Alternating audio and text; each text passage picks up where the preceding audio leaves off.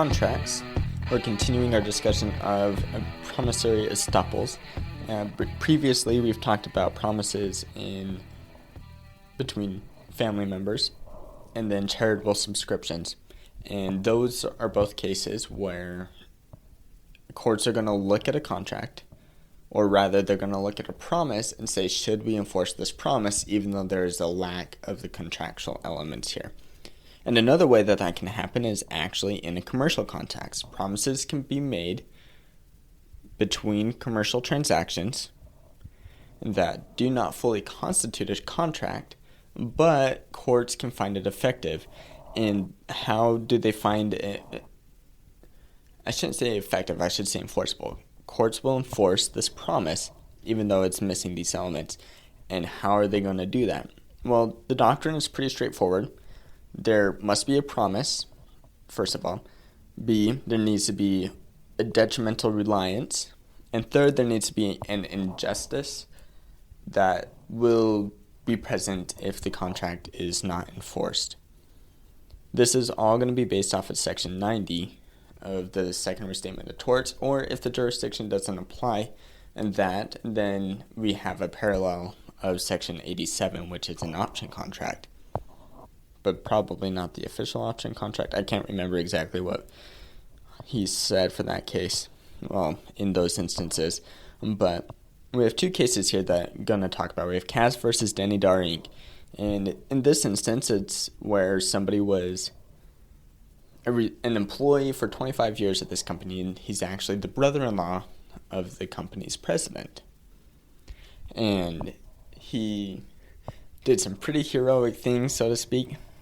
He attempted to stop a robbery on behalf of the company, and actually as a result, he sustained a head injury. And because of this head injury, he started making quite a few mistakes as far as the affair of the company goes. And so the company says, okay, well, we want him to retire. He's been around for a while. He's 65 years old. He's been here for 25 years. It's been a huge benefit to the company, but right now he's a liability, so he needs to go. And so the company wants to help him out, probably to avoid costs of firing him because they want it to look good. So they offer him a pension plan. And the purpose of it was to induce his retirement. They wanted to help him retire because he didn't want to retire. He was offered an initial plan of $10,000 per year, which at the time when this was done was a large sum of money. And he denied it. And they continue negotiating for a period of 13 months until finally they offered him $13,000 and said, you can still work elsewhere. You just can't work here. So it's a take it or leave it. And he was aware that if he didn't take it, then he would be fired. Well, he took the pension, started working elsewhere part-time, and then he started working for Danny again as a part-time 1 day a week. Well, Danny wanted him to work part-time 5 times a week, and Katz refused to do so.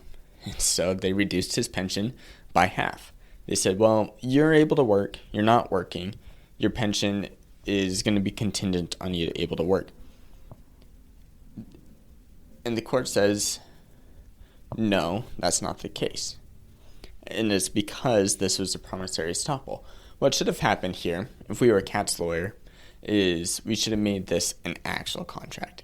Make there be actual consideration, because consideration is lacking here,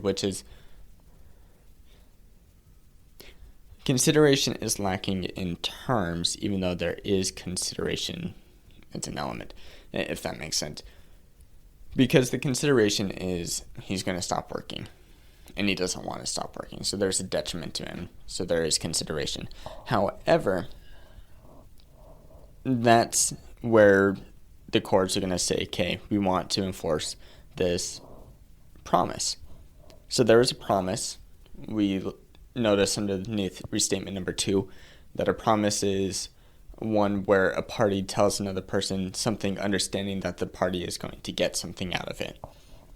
It's a very simple definition of what the restatement says. We know there's a promise, and there's a detrimental reliance. Well, what's the detrimental reliance? it means the person suffers something or there's a consequence for relying on that promise. Well, his detriment here was that he wasn't going to be working anymore.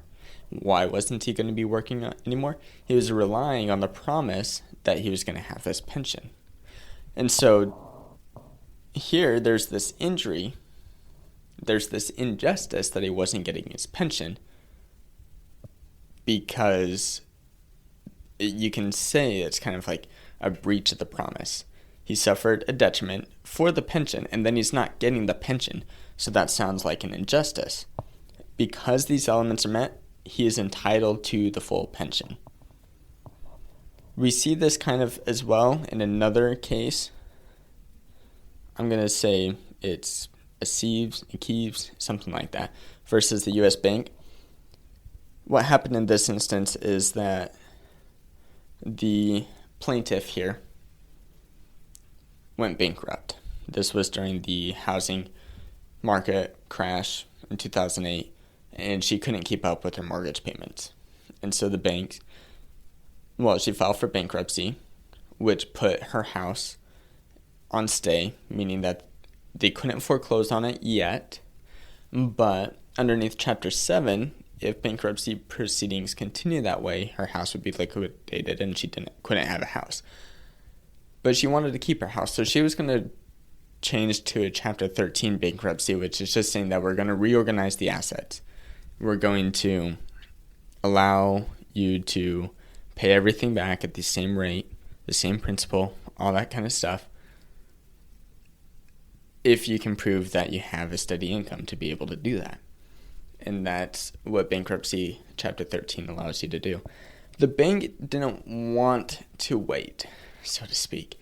And so they tell the plaintiff in this instance that if you don't wait,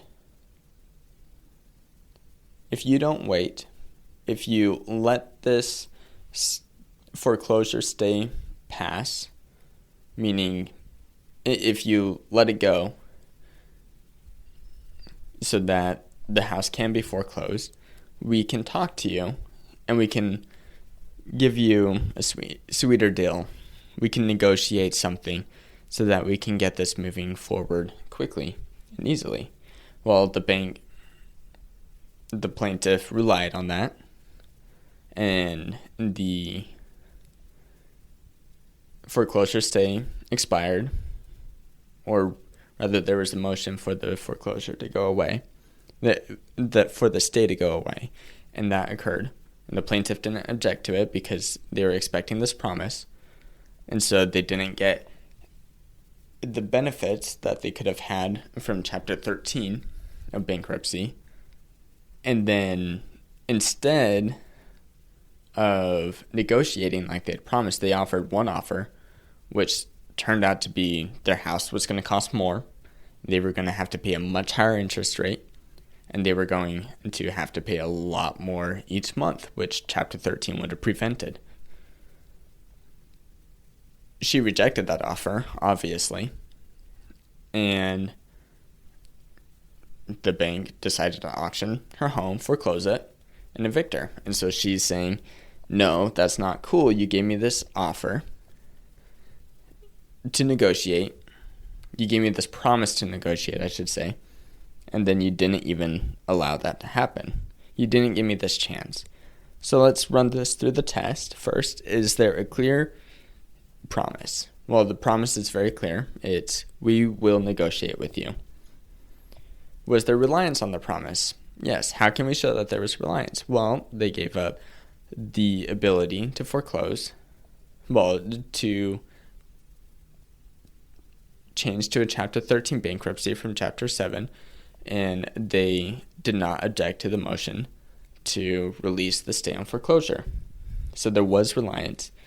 Was the reliance reasonable and foreseeable? Well, yes, the bank here was doing that because they wanted them to do that. The bank here was making that promise because they wanted this plaintiff to do that result so that they could move on with the proceedings. And because of the sheer number of cases that were coming through, the bank would have known that this would have worked. So it was reasonable and foreseeable that this reliance was expected to occur. And finally, was there an injury from this reliance? Well, was there a detriment? And yes, it's quite obvious that there was a detriment because the parties, or rather the plaintiff, did not have those benefits. They forwent those benefits. They didn't have the opportunity to use those benefits that they otherwise would have had they not relied on this promise. So there was an injury or in other words, there was this detriment from this promise. And that's how a couple of examples of how promises can work in a commercial context. Just to restate everything, promises in a commercial context are going to be enforced if there's A, a promise, B, a detrimental reliance, and 3, an injustice if that promise is not enforced. Thank you for listening to this episode of The Law Schoolers. Before I let you go, there are 4 things I want to say. The first thing is if you enjoyed these episodes and if you enjoyed the website, I would invite you to go and join Law Schoolers Pro. And you can do that by going to lawschoolers.com/join. It's a way for you to support us, but there's also a lot of features there that I think you will enjoy. Second thing is that nearly all of our episodes are unedited. The only ones that aren't are pre-law materials, and the reason for that is so you can actually see the legal material in its raw form as I'm learning it as well. The third thing is that the information contained in these episodes are specifically only for educational purposes. They're not to be used as legal advice, and with that, the fourth thing is if it is used as legal advice, we are not liable. That is, Law Schoolers is not liable for any legal outcomes. Thank you again for enjoying the show. Have a good one.